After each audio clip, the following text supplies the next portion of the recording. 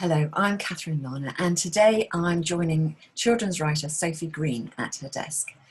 Sophie's written a fabulous detective come ghost story trilogy called Potkins and Stubbs, and she's done so while working for Suffolk Libraries. Her full-time job has been ordering children's books for all the libraries across the county. She studied zoology at university before she moved back to Suffolk to become a librarian, but she's always written, so it's been lovely to see her published and to receive the attention she's deserved for this inventive, funny and fascinating series of books. And she's still writing, so let's find out more. Hello, Sophie. Thank you very much for meeting me today.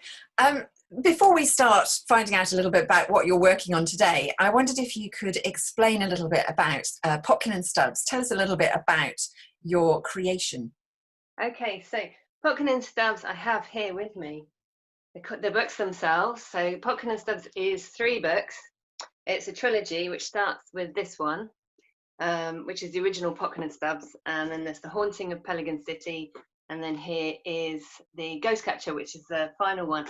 And each of these stories have their own story, have a mystery to be solved and some villain to be thwarted. But also it's like an overarching story that goes across all 3 books, and that's the story of Lil Potkin. And Lil Potkin is an aspiring teenage reporter, and she lives in Pelican City, which is very rain-soaked and corrupt, kind of noirish city. And in Pelican City there's no free press. So Lil has been obsessed since she was a child with this underground newspaper called The Klaxon, and that's where all the renegade reporters work. And Lil would be desperate to write for them, but she needs a big scoop to do that. So one night she meets this young man, Nedley Stubbs, and Nedley's a very mysterious boy who she meets in a bus station. And he's very mysterious because Lil's the only person who can see him, and he's been missing for a year and no one's been investigating. So when Lil takes on Nedley's case, she discovers that story so extraordinary that it not only gets her into the Klaxon, it changes her life and it changes the lives of everyone in Pelican City. Wow. And it is a fantastic story. It's very inventive, it's funny, it's also quite touching. And it's a bit of a cliched question, but how did you get the idea for it? How did it come about? Well, it's one of those ideas that took a long while to kind of come all together. It started off as a ghost story, which is, I've always been interested in ghosts. So it started off as a ghost story, but I wanted to write a ghost story where the ghost was the main character. And for a while, it continued like that. I wanted to set it somewhere fairly dark and dangerous, sort of Gotham-like place, because I wanted somewhere where the ghost, for a ghost to have been created, someone has to die. So it had to be somewhere fairly dangerous for that to have happened. And then after a while, I realised that as wonderful as this ghost character was, because he was invisible and no one could really hear him, it would be quite difficult for him to solve his own crime. So what I needed was a character that had real drive, a character who would kind of move the mystery on and sort of solve it with him. And then I came up with Lil Potkin, who is kind of like a Lois Lane kind of character. She's someone I would like to be like. Lil Potkin asks all the questions. She's really brave. She's got a really strong sense of right or wrong. And she was a great counterpart to Nedley, who's actually very gentle and shy and kind of kind. They're both very brave, but together they kind of complement each other. So once I got them, the only other kind of self-indulgent thing I did was I really love old films. I especially love the old Humphrey Bogart kind of film noir. I used to watch a lot of those when I was really young, and I really wanted to have a detective like one of those detectives, like a hard-boiled, mac-wearing, trilby, under a lamppost type detective, so I threw in one of those too. But because I didn't want him to be the star of the show, I made him really sort of battered and down and out, so he would have a bit of a character arc too.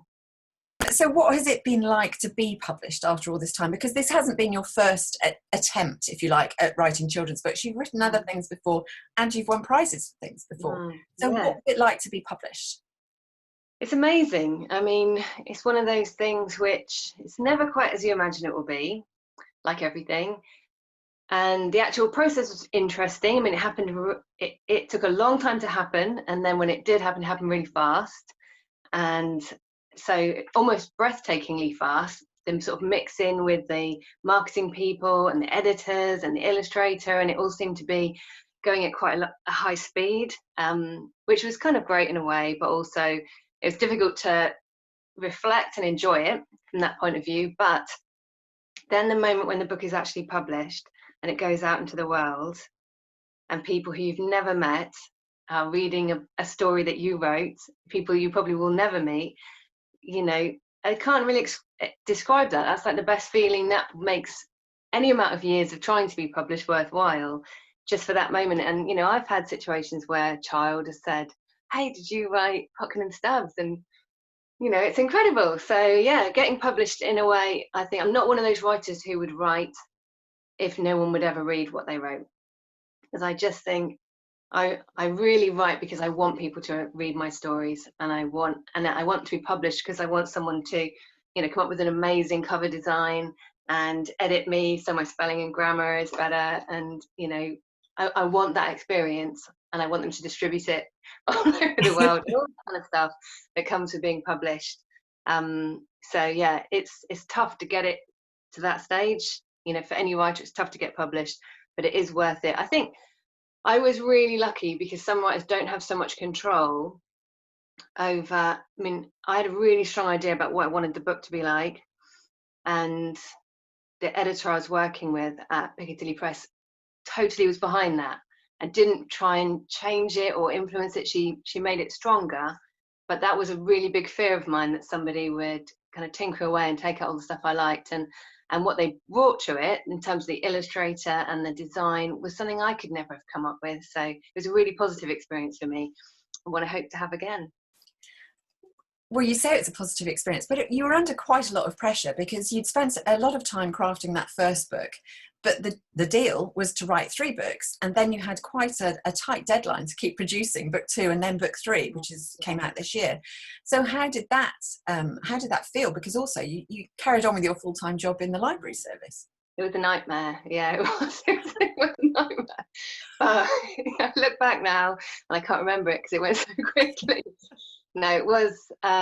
It wasn't for the faint-hearted. I felt so relieved in a way that I had spent all these years really disciplining myself when nobody was asking me to do anything, and I wasn't under contract, because it meant that I had that already in my, you know, in my making. So I could just sit down and start doing it. And I realized now that I'm writing another book totally from scratch, and I'm being quite hard on myself, and I'm thinking it really took a long while to build up the world of Potkins and Stubbs, and I had that probably 5 years of drafting it just by myself and tinkering around with it. And actually the first maybe 3 drafts weren't very good. So I think it's normal for the beginning of a book not to be good. You're just getting the ideas down, and then it got really honed. So I think although the speed of actually writing it down was much faster than I would have chosen, I already knew what the story was, and I knew what the characters were, and I'm a strong believer that once you have your characters and you believe they're real, insofar as the story goes, writing the book is much easier, because you're just putting them in situations. And they know how they'll react. So it's not difficult to write it. What's difficult is, for me, was getting the same sense of detail, if you know what I mean, getting the richness. But I had already invented the world by then. That world, my fictional world. Yes. And so yeah, it wasn't as hard as I think. If I was now having to write a totally new book in a year, I don't think I could do it. No, so that leads us nicely into what are you doing at the moment then? So the series finished in March. The last book came out in March, which is a very difficult time for a book to come out, because, you know, how is that different from when the first book came out? It's in a black hole almost, isn't it? Yeah, it is. I am so relieved that all 3 books came out before lockdown. I feel so sorry for writers who have had all that build up, and then their books were launched on Zoom. I had to cancel school visits, I had to cancel events, but my book was out. It was done. I could kind of sit back a bit. So it was totally different. I was really lucky. I had my launch and everything at the beginning of March, when it was all, you know, so that was great. Yeah, back to your other question about what I'm writing now. I can't really say much about it because it's still really early days, but it's totally different. It's a standalone. It's a sci-fi. and I'm really enjoying being in a different kind of world. When I write a book, like when I wrote Potkins and Stubbs, I really immersed myself in the world of noir. So I spent ages, doing really boring research, like watching really cool films, anything from Maltese Falcon up to LA Confidential, Batman, anything which would kind of get me into that world. I read loads of Dashiell Hammett, Raymond Chandler, Dorothy B. Hughes. Just loved the research of being immersed in a world. And now, like, all that's aside, I'm reading all the classic sci-fis, all the great kind of Ray Bradbury. I'm in love with Ray Bradbury stuff. It's so great. I'm watching all the really cool sci-fi films. I really enjoy the research part of writing. So, yeah. Right, well, we're joining you at your desk. You're seated in front of your desk. There's the computer is open and ready. Yeah. Can you take us a little bit through a typical day then? How would you start out? You mentioned a little bit about research. It's good to get it back into the world of your creation. What's the first thing that you might do when you sit down at your desk? So I have two kind of main different types of writing days. One is that if I'm working, I just have 1 hour to write. So I write between 8 and 9. And then I get myself, here is my coffee, this cup, always that cup.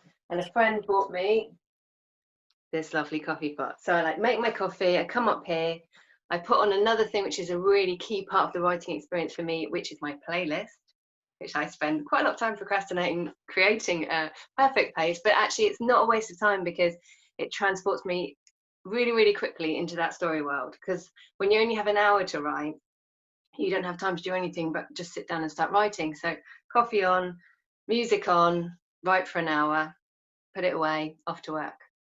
That's like most of my days. And then on the weekends, or if I have some time off, I try and do like a 4-hour writing day. That's much less disciplined because I know I could, if I'm not doing anything else in the day, I can potter around, which, at the moment it's quite difficult to do lots of things, isn't it? So I try and get in 4 hours. I know I'll probably I am quite disciplined and regimented about how I write. So when I'm writing, unless I'm in the editing process, I will do longhand writing for like an hour. This is like my rough draft.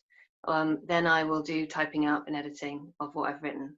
So if it's sunny, I'll go and sit in the garden and do the writing bits. And if it's not, I'll sit in here. Yeah. And where is here? What is your writing room? Yeah, I have my writing room, which is a luxury, I know, but I bought this house because it had a little room. So it's a lovely little, well, quite tiny. I'll just give you like a little swoop round. There's like a bookcase, there's like a window round, and then there's the stairs, and there's the way out. And then if I went all the way around, that's just a tiny glimpse of my whiteboard. So you can see most of the room. It is quite small, Yeah. but you don't really need a big room. You just need a room that no one else is allowed in. So, that's what this is for me. I painted it a color which, I really like, and I put in it all the books which either have inspired me or lots of reference books like on folklore and, those kind of books like Brewers and thesauruses that I don't look at now because I just use the computer, but all those kind of writerly things. And also, I don't know if you can see, wrong way. Yeah, maybe just behind me there, I have my Potkins and Stubbs Love Your Library framed. And so it's just like a room which reminds me I'm a writer. And, I come in it and I feel like that's what I am and that's what I do here. I don't like doing anything else in this room. And you mentioned about having a favourite mug and the coffee. So the sort of procedures for getting you into the zone. What about other prompts in the room? You've mentioned the whiteboard, but also you've got a very nice shelf there with a few. Yeah, like totems. I have a shelf of totems. So my first book I wrote was The Last Giant, and I have like a little gargoyle that had a gargoyle on a giant tin. I have like weird things from my childhood about those. If you've read Potkins and Stubbs, you might recognise this is the original wool that was given to me when I was a baby by a creepy nurse who made it. It's just, I guess, I like to surround my stuff and things from my stories because it feels like it's totally separate from the rest of the world then, which is kind of I think what you want, especially when you're writing for children. You're writing kind of fantasy adventure type mystery stuff. You want a world which you can be kind of shut into but will bring alive some of the stuff from your story. So yeah, and I also have, I shouldn't have kept these really, but they were so, that's not it, they were so lovely. When I went to a bookshop, the shop assistant did this lovely Potkins and Stubbs stones with like a thing on the back, and you're supposed to hide them. I did hide 2 of them, and I will eventually hide these others when I stop being really sentimental about the fact that someone did that for me. That's lovely. Yeah, really nice. That was in London. So That was where, yeah, sorry, I didn't catch that. Lowestoft. Oh, right. Stuff. Because a bit like in Felixstowe, they hide stones there and people can find them and then they say they found them. It's a great project, but yeah, it's one of those great authory things. When like I had my first shop window, you know, when I had my first stone, when I had my first A-board there. I'm sure at some point, if you become a writer for lots of years, that stuff just becomes stuff which you have. But I'm in the early stages where that stuff is stuff I just really cherish. And Yes, well, quite right. Lovely. Now, I keep coming back to the fact that you say you research and also your whiteboard, and I just wondered if you could say a little bit perhaps of how you plot or how you plan. How do you sit down in front of a film and then decide what you're going to incorporate in your book? Is it just a case of osmosis type thing, or are you making notes and are you plotting on your whiteboard? How does that work for you? yeah, well, I kind of feel like my whiteboard is really useful in the beginning because it just reminds me that it's important to have a plot. And I'm a great believer in plotting in advance. I know not everyone does. I don't feel like you should have to stick to it. And sometimes the themes and emphasis change as you write, but it's a good idea because I don't write chronologically. I need to know where I'm going in order to know which chapters I need to write. And also, so I kind of have my characters down the side, and then I have the acts. I stick to like 5-act structure. What are the various things that happen to them in the story? That what beats do I need to hit? And vaguely where do I need to hit them? Because what I realised when I wrote Potkins and Stubbs was a lot of the time which I spent not writing a very good book was me not really pinning down what the story I was writing was. So, and I found that with my first book. I actually went on the UEA, I have a great screenwriting course, and they did like a screenwriting weekend at Cinema City. This is some years ago. And I went to that, and I'd written this book, The Last Giant, which was my first ever book, which I thought was pretty good. Anyway, I went to the screenwriting course, and they were talking about this idea of having a pitch where you need to be able to say for your story, who is your main character, what is it they want, and why can't they get it? And I just was totally stumped because I realised I had no idea for my main character what the answers to those questions were. Because the main character was just like a person who didn't really have any agency or anything. So I realised that revolutionised that book when I realised that I needed to actually get to know that character, make them a character. And now I never make that mistake again. So I do it for every character. And I always recommend when I do a school visit to the kids, it's really important to know your characters. You can't just have someone who's just there for window dressing. Everybody has to feel real.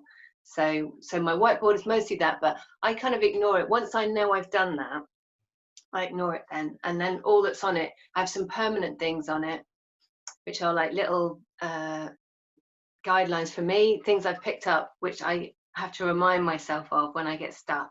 So like my first one is characters are defined by what they do, which as opposed to what they say or think, because I'm not a big fan of books where you spend a lot of time in a character's head. I like to see so stuff like that just reminds me every now and again. I look at my things and think, is the story I'm writing now, have I kept true to the kind of like the things which I thought were important at the beginning before I got lost in the world of the story.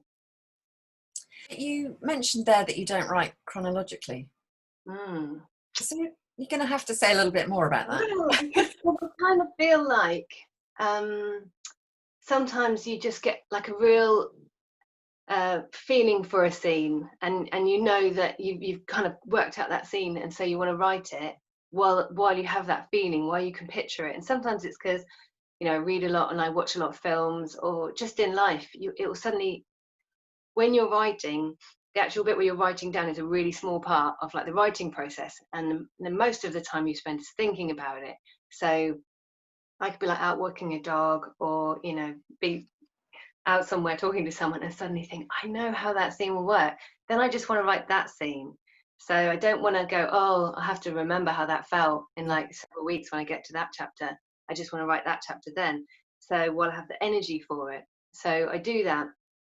And then I write that for all the scenes that I really love. And then the scenes in between that I really never feel like I want to write, I try and cut them, because they're obviously too boring for me to write. So they're definitely not going to be very interesting to read. So I kind of feel like that way the scenes have the energy I want them to have. And that I try not to have any filler in the book if I can help it. Okay. So yeah, I think it's, when I edit through, obviously I'm chronological, because at some point you have to read the story from beginning to end, apparently. But yeah, just for the rough thing, when you're trying to get the energy and the feel of the story in, and it doesn't really matter so much about, consistency and things, because you're just getting those ideas down, that's when I don't worry about being chronological. Okay. Now you said that room is very special to you. It's a zone. You're very focused in there. What do you do about things like social media, or if people are emailing you? Do you keep that to a certain time zone, or do you do it in a different part of the house? How does that filter into your work? Yeah, that's a really good question, because that's something is a work in progress for me, because it's really difficult with social media, because there's a lot of emphasis put on it now. It's a great way to reach readers and other writers and teachers and all that stuff. So it is brilliant, but it can suck your hours of your life away. So sometimes when I try and think of the social media part as a job, to be honest, I don't really put anything personal on there. So when I'm promoting a book, I will be quite active. And when I'm not, I will just look at my notifications. And, if I read another great book, I'll post about that. I think it's difficult, because it feels like you're dipping in when it's convenient to you. But in the old days, people used to write to writers, and now they tag them or they message them. So it would be difficult not to be involved in it. But in a perfect world, it'd be great not to be involved in it at all. Yeah. But I have had some great opportunities through social media, and I've met some amazing people, so I can't really knock it. But I think it's really important for it not to impinge on the writing time. So yeah, I would do that in a slightly more lazy while I'm watching TV. Yes. Okay. And just because I can see next to your coffee cup that there is a little pile of notebooks, or a couple of notebooks there, are you at all superstitious with your stationery? Because it's one of the pet subjects for authors is to buy nice stationery and nice pens. Is that a fetish of yours? Yeah, it isn't. It isn't at all. It's I'm reluctant to say, but I think when I started writing, I was all like, must have the right pens and the right notebook. And now I'll write with anything on anything that's to hand. I am really lucky that everyone who knows me buys me notepads. So I've got some amazing ones. I haven't had to buy a notepad for years. But I'll just, as an example, I'll just show you. I have three different types of notepad. Where I do my longhand writing, you won't be able to read this because my writing's so terrible and I'm the only person who can read it. When I'm doing my longhand writing, like for an hour, writing a chapter, that's in my big notebook, because I can sit outside. If I am going to do some writing somewhere not at home, this is my medium-sized notebook, which can go in a handbag, but it's bulky. And if I'm not expecting to do any writing, but I don't want to not have a notepad just in case, I have a tiny one. Because I just think it's awful to have a great idea and then not have anywhere to put it, or put it somewhere and then lose it, which is what I normally do. Yeah. So yeah, I have notebooks, but they're nice because someone bought them for me, but they're not. I'm also a terrible pen thief, so when I've left the house, people are wondering where all the pens are, and I've picked them up and then accidentally kept them. So. Right. Okay. Well, on that note, I think we better leave you to more writing, because I don't want to hold you up for any more work, because I want some more books from you. So thank you so much for spending the time with us this morning, and Thanks for having me. Good luck for the next book. Thank you. Thanks very much.